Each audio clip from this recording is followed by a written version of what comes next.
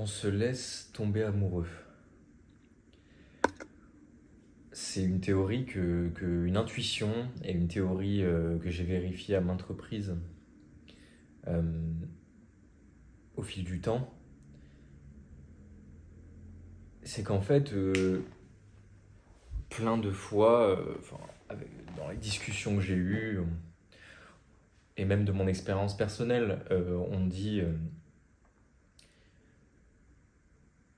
oui, c'est arrivé comme ça, je m'y attendais pas, je suis tombé amoureux ou amoureuse d'un coup. Et en fait, oui, je pense que ça existe. Je pense que rencontrer quelqu'un d'extraordinaire, c'est possible, évidemment. Que rencontrer l'amour de sa vie, c'est possible, bien sûr. Mais ce que je crois surtout, c'est que c'est une question de choix. C'est une question de choix, dans le sens où c'est nous qui nous laissons tomber amoureux.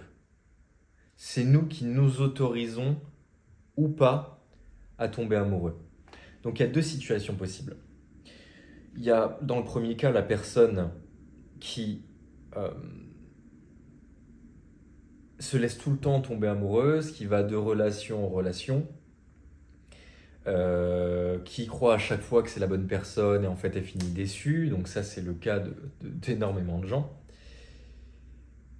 Et cette personne en fait n'a pas de barrière interne, n'a pas de limite avec son amour. C'est-à-dire que la première personne qu'elle va rencontrer, et cette personne va lui donner un peu d'attention, un peu d'amour, un peu de tendresse, elle va se laisser tomber amoureuse directement en pensant que c'est la bonne personne, etc., pour combler certains vides intérieurs au final. Et en fait, c'est que cette personne n'a pas de limite, n'a pas de barrière, hein. Donc en fait, elle va donner les clés et elle va donner en fait son pouvoir, le pouvoir de sa confiance en elle, le pouvoir de sa beauté, le pouvoir de ses choix à quelqu'un d'autre directement. Elle va donner les clés de son cœur, on peut prendre ça comme métaphore, elle va donner les clés de son cœur à quelqu'un, aux premières personnes qu'elle rencontre, si vous voulez. Ce qui est un énorme problème, ce qui est peut-être le cas de certaines personnes d'entre vous, parce que fondamentalement, il y a un manque de limites, il y a un manque de barrières, hein, il y a un manque de respect de soi, un profond manque de respect de soi. Et on a à l'inverse, donc la situation inverse, où la personne se dit je ne rencontre jamais quelqu'un de bien, je rencontre jamais personne, euh, c'est tous des connards, et machin, et ceci et cela. Et c'est qu'en fait, à l'inverse, la personne s'est tellement mis de limites, s'est tellement mis de barrières, s'est tellement mis de boundaries, comme on dirait en anglais, mais qu'elle ne s'autorise pas à tomber amoureuse. Donc, il peut y avoir l'homme de sa vie ou la femme de sa vie en face, et ben elle va tout gâcher. Ce sera extrêmement difficile pour elle de se laisser tomber amoureuse ou amoureux parce que elle a trop durci son cœur et elle ne se laisse plus. Donc en fait, l'importance de cette vidéo, qu'est-ce que je veux partager à travers cette vidéo, c'est le choix et c'est le pouvoir. C'est nous qui avons le pouvoir. Et on a trop tendance à laisser l'extérieur faire invasion dans notre monde intérieur. Et on a des schémas de pensée qui font que on donne toujours le pouvoir aux autres, mais jamais à soi. Par exemple, on va quelque part, quelqu'un nous insulte, on se sent mal. Donc en fait, qu'est-ce qu'on vient de faire? On vient de donner le pouvoir à cette personne de nos émotions, de nous faire nous sentir mal. Parce qu'en fait, si on avait vraiment qu'on a vraiment à 100%, qu'on est ancré en soi et qu'on a notre pouvoir sur nos émotions, qu'une personne nous insulte ou pas, ben en fait, on s'en tape. On s'en fout parce que on sait que c'est vis-à-vis de lui, que c'est son monde en fait, et que cette personne ne nous connaît pas. Vous voyez?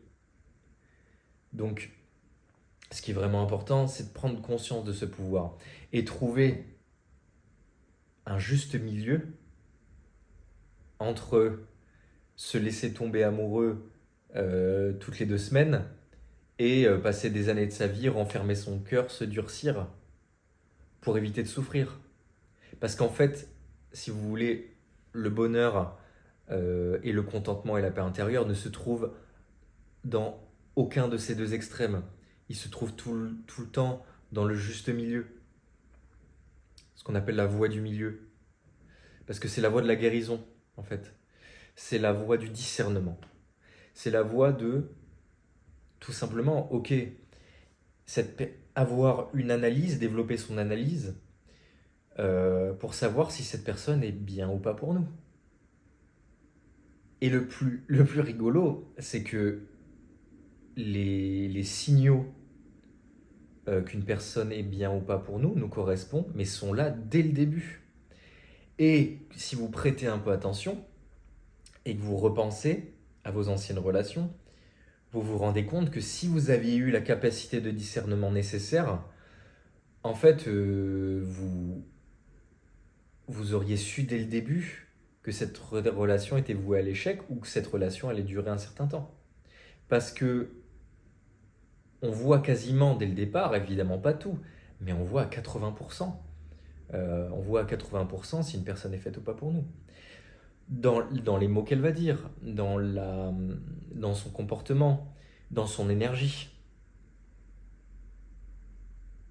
Mais la plupart du temps, on aveugle tout ça par besoin d'avoir quelqu'un à nos côtés, par besoin d'amour, par besoin de remplir son vide intérieur.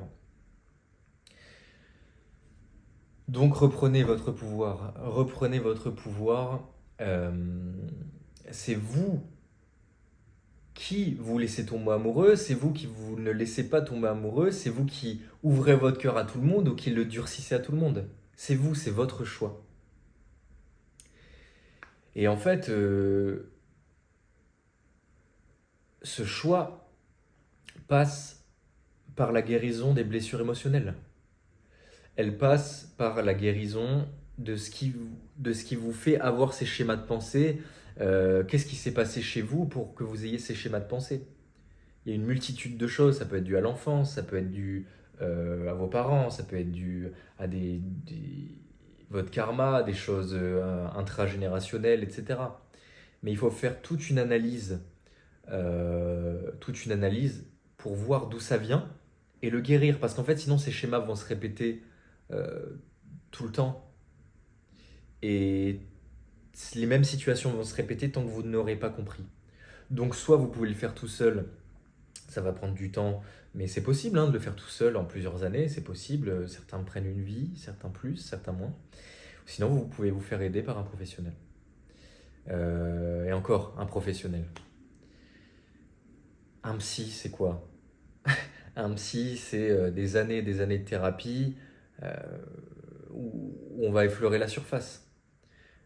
Pareil, tout. En fait, les gens diplômés, si vous voulez,